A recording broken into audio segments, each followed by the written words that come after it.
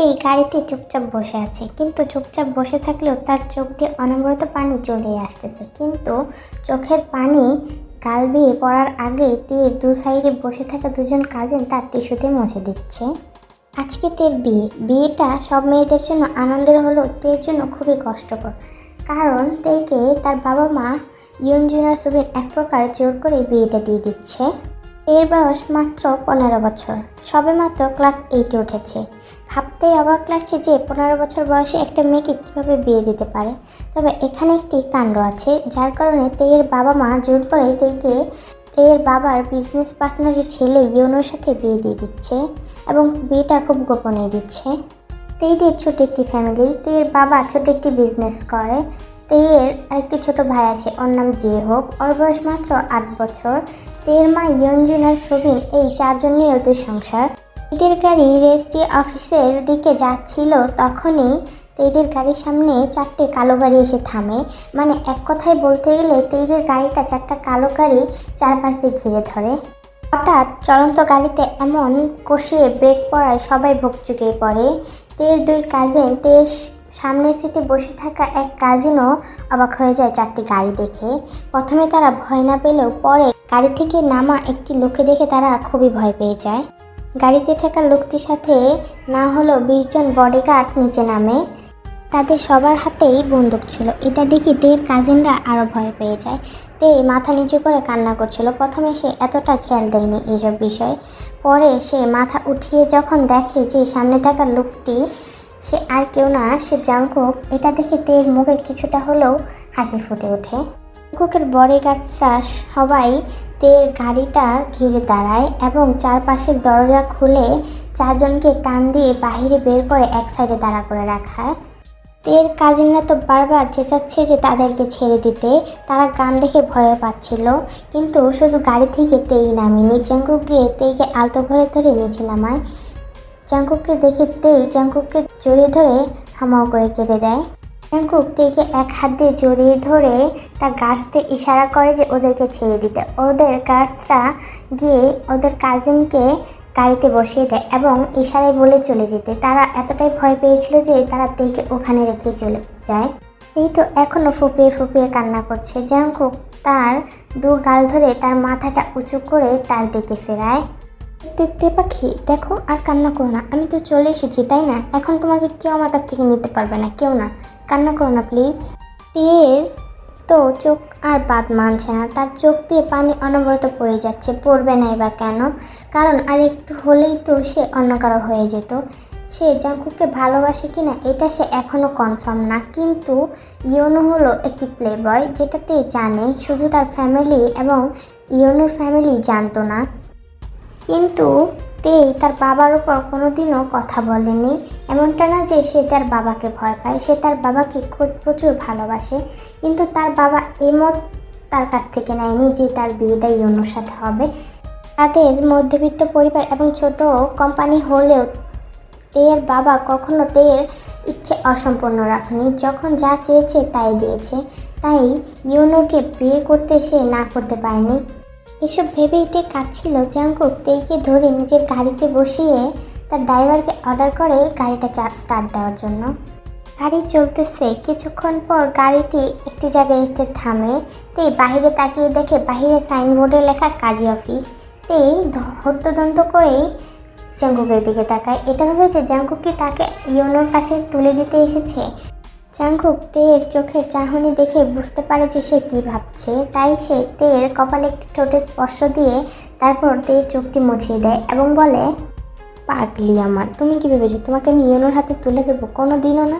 আমি যদি মরে যাই তারপর ভাবতে পারি যে আমি তোমাকে ইয়োনোর হাতে তুলে দেবো নাকি না।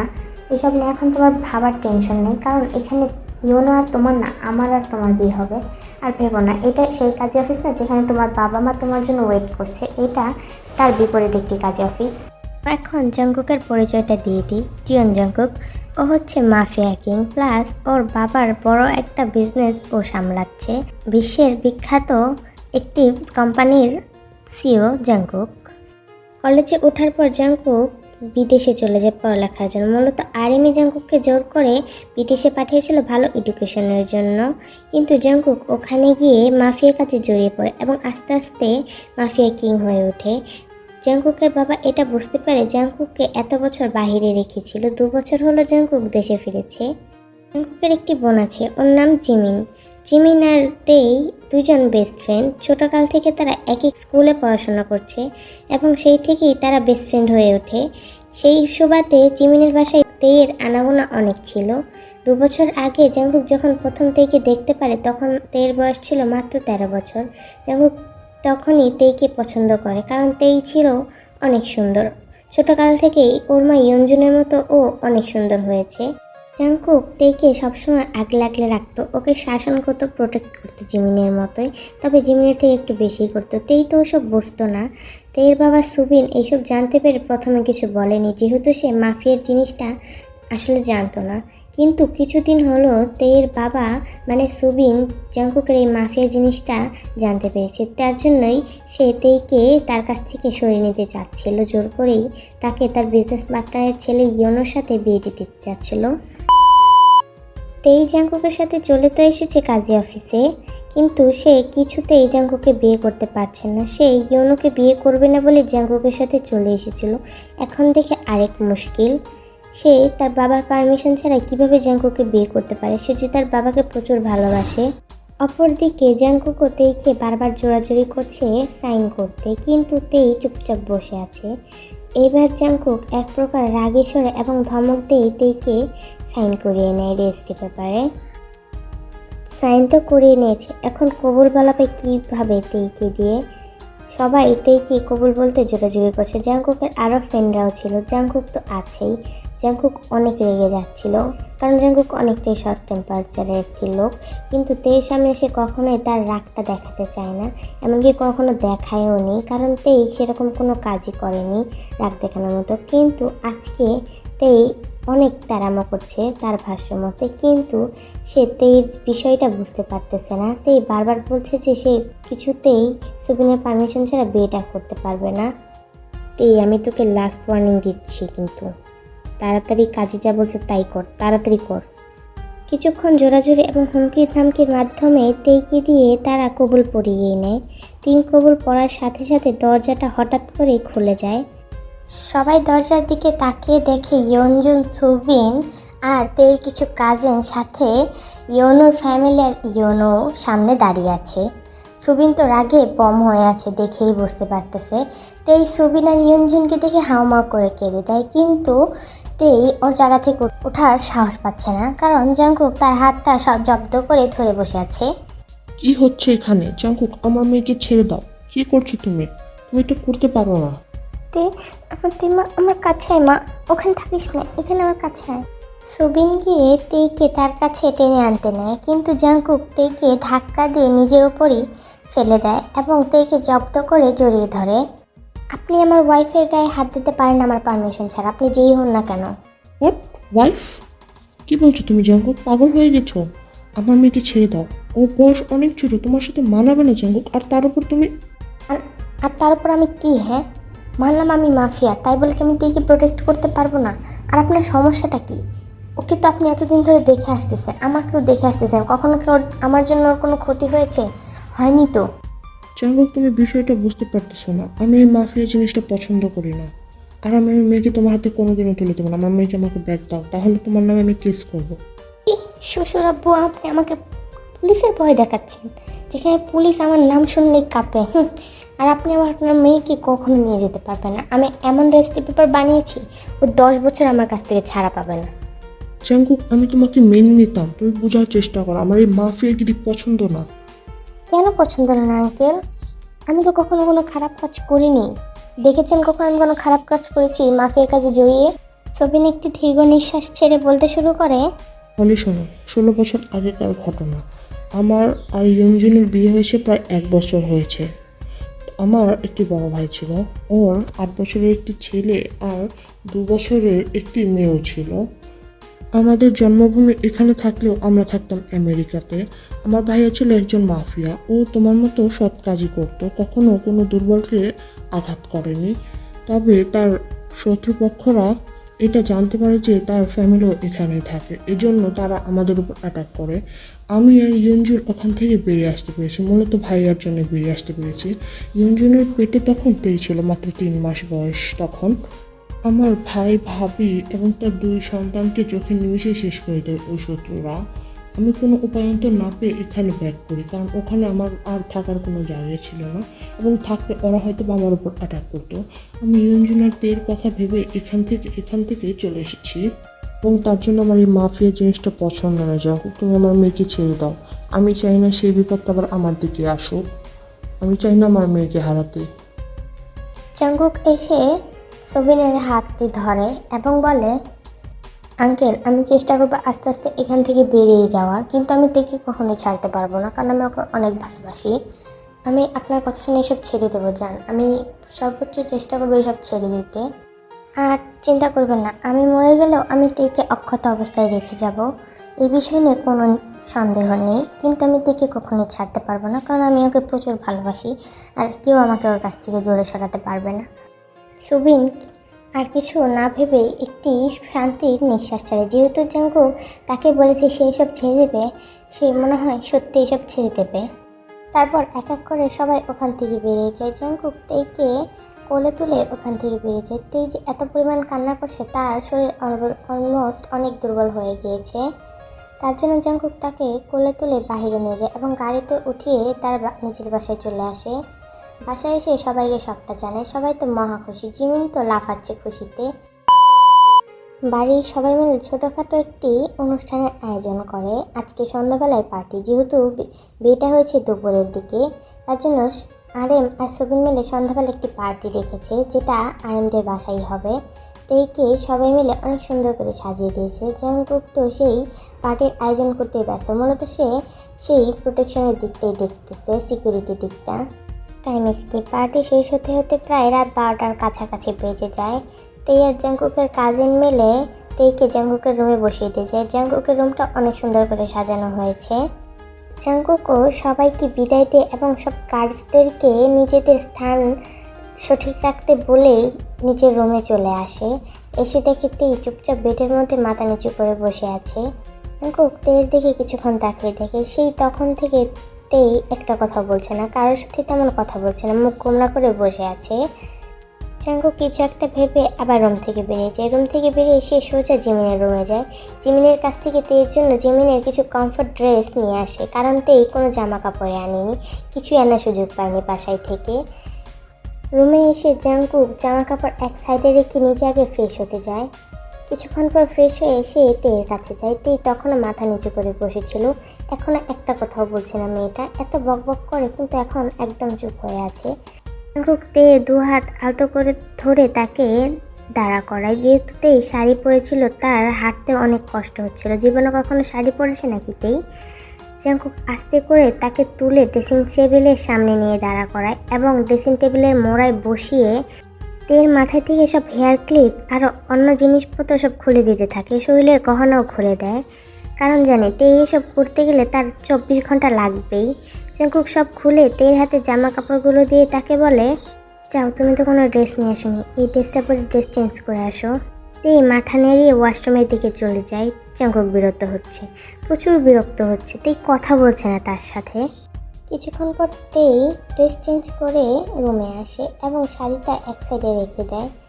তেই চুপচাপ দাঁড়িয়ে আছে। এটা দেখে জাঙ্কুক একটু মুচকি হেসে তেয়ের কাছে যায় এবং তাকে গিয়ে জড়িয়ে ধরে। তেই প্রথমে অবাক হলেও তাকে হাত ব্যাক করেই হাউমাউ করে কেটে দেয়। কি দেই, তুমি কাঁদছো কেন? কি হয়েছে বলো আমাকে, তুমি কি কোথাও ব্যথা পেয়েছো? কি হয়েছে, কাঁদছো কেন তুমি? তেই চুপ করো, আমার তোমার কাঁদা ভালো লাগে না, প্লিজ। আমি মনে করেছিলাম ইউনুর সাথে বাবা মার বিয়ে দিয়ে দেবে। আসলে আমি ইউনুকে বিয়ে করতে চাইনি, ও জানো ও একটি প্লে বয়। জানি তো তে পাখি। আচ্ছা তুমি কান্না করো না, আমি বাবার কাছে যাব। আচ্ছা তুমি কান্না করো না, আমি তোমাকে কালকে নিয়ে যাবো তোমার বাবার বাসায়, ঠিক আছে? কান্না করো না তে পাখি। দেখো, এটা তো এখন থেকে তোমার বাসা। জাঙ্কুক দেখে কমফর্ট দিচ্ছিল, তখন জাঙ্কুকের নজর যায় তের গোলাপি ঠোঁটের দিকে। জাঙ্কুকের খুব করে ইচ্ছে হয় তার গোলাপি ঠোঁট দুটো সে নিজের করে নেয় এবং সে কিছু না ভেবে নিজের করেও নেয়। তে প্রথমে অবাক হলেও পরে তে জাংকুককে যা ইচ্ছে তার সেটাই করতে দেয়। সেও কিছু বলে না, যেহেতু সে তার হাজব্যান্ড। Time skip. কিছুদিন পর তের বার্থডে। সবাই ডিসাইড করে যে তের বার্থডেটা অনেক ধুমধাম করে পালন করবে। সেই জন্য তের বার্থডে 2 দিন আগে থেকে সব কিছু গুজগাছ শুরু হয়। বার্থডেটা বাসায় হবে সেফটির জন্য। জিমিন গোসল করে চুলটা ঠিক মতো না মুছে নিচে চলে আসে। যেহেতু বাসায় অনেক কাজ, সে ডেকোরেটরদের বিভিন্ন জিনিস দেখিয়ে দিচ্ছে। সে চুল ছেড়েই দাঁড়িয়েছিল, তার চুল থেকে টপ টপ করে পানি নিচে পড়ছিল। একসময় অনেকটাই পানি জমে যায় জিমিনের চুল থেকে পড়ে পড়ে। জিমিন এক জায়গায় দাঁড়িয়েছিল অনেকক্ষণ ধরে।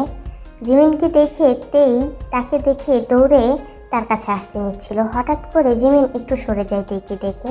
জিমিনের চুলের পানিতে তের পা পড়তেই ঠাস করে মাটিতে পড়ে যায়। পড়েই চিৎকার দিয়ে ওঠে, কারণ সে তার পেটে অনেকটাই ব্যথা ফিল করছিল। চিৎকার শুনে সবাই ওখানে চলে আসে। জিন এসে তাড়াতাড়ি করে তেইকে ধরে। জিন তেইকে এরকম দেখে সে তাড়াতাড়ি করে জাংকুকের কল লাগায়। জাংকুক বাসার বাহিরেই ছিল। সে জিনের কল্পে তাড়াতাড়ি ভেতরে আসে। দেখে নিচে শুয়ে অনেক চিৎকার করছে, কান্না করছে। জাংকুক তেইকে এই অবস্থায় দেখে যেন তার দুনিয়াটাই থেমে যায়। সে কিছু ভাবতে না পেরে চিৎকার দিয়ে দৌড়ে তের কাছে যায়।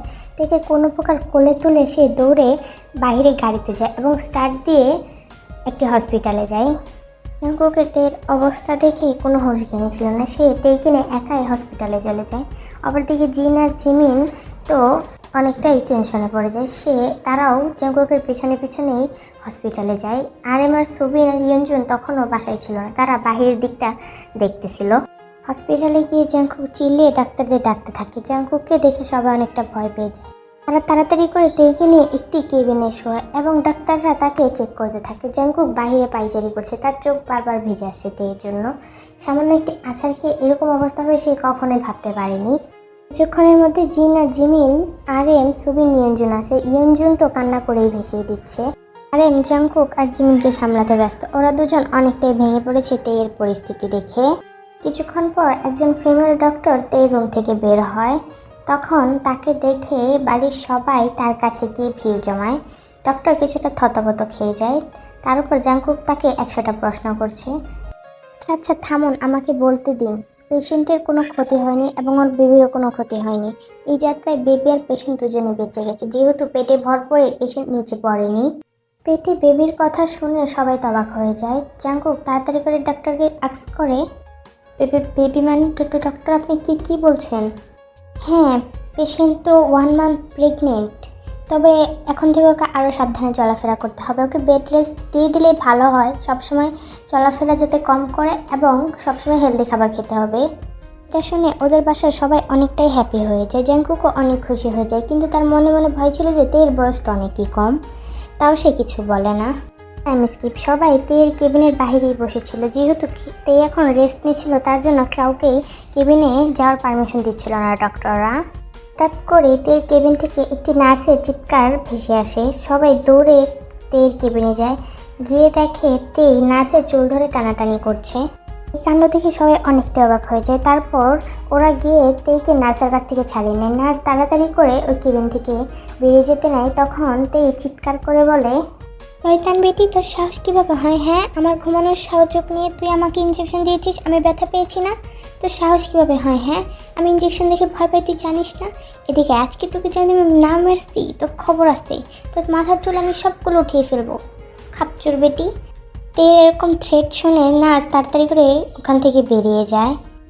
এরকম কাণ্ডকীর্তি দেখে সবাই হাসতে থাকে। অপরদিকে জাংকুক দাঁড়িয়ে ভাবতে থাকে, এই মেয়ের পেটে নাকি বাচ্চা, ও কীভাবে বাচ্চা সামলাবে? তো নিজে একটা বাচ্চা, বাচ্চার কোলে নাকি আবার বাচ্চা। ও নিজে একটা বাচ্চা, ও কীভাবে বাচ্চা সামলাবে? আমি সেটাই ভেবে পাচ্ছি না।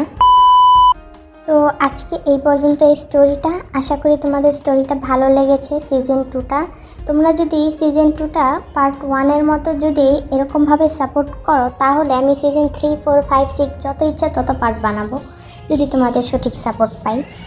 সঠিক সাপোর্ট না পেলে like, comment, share and subscribe না করলে তো আমাদের মনটাও ভেঙে যায়। এত কষ্ট করে ভিডিও মেক করি তোমাদের জন্য।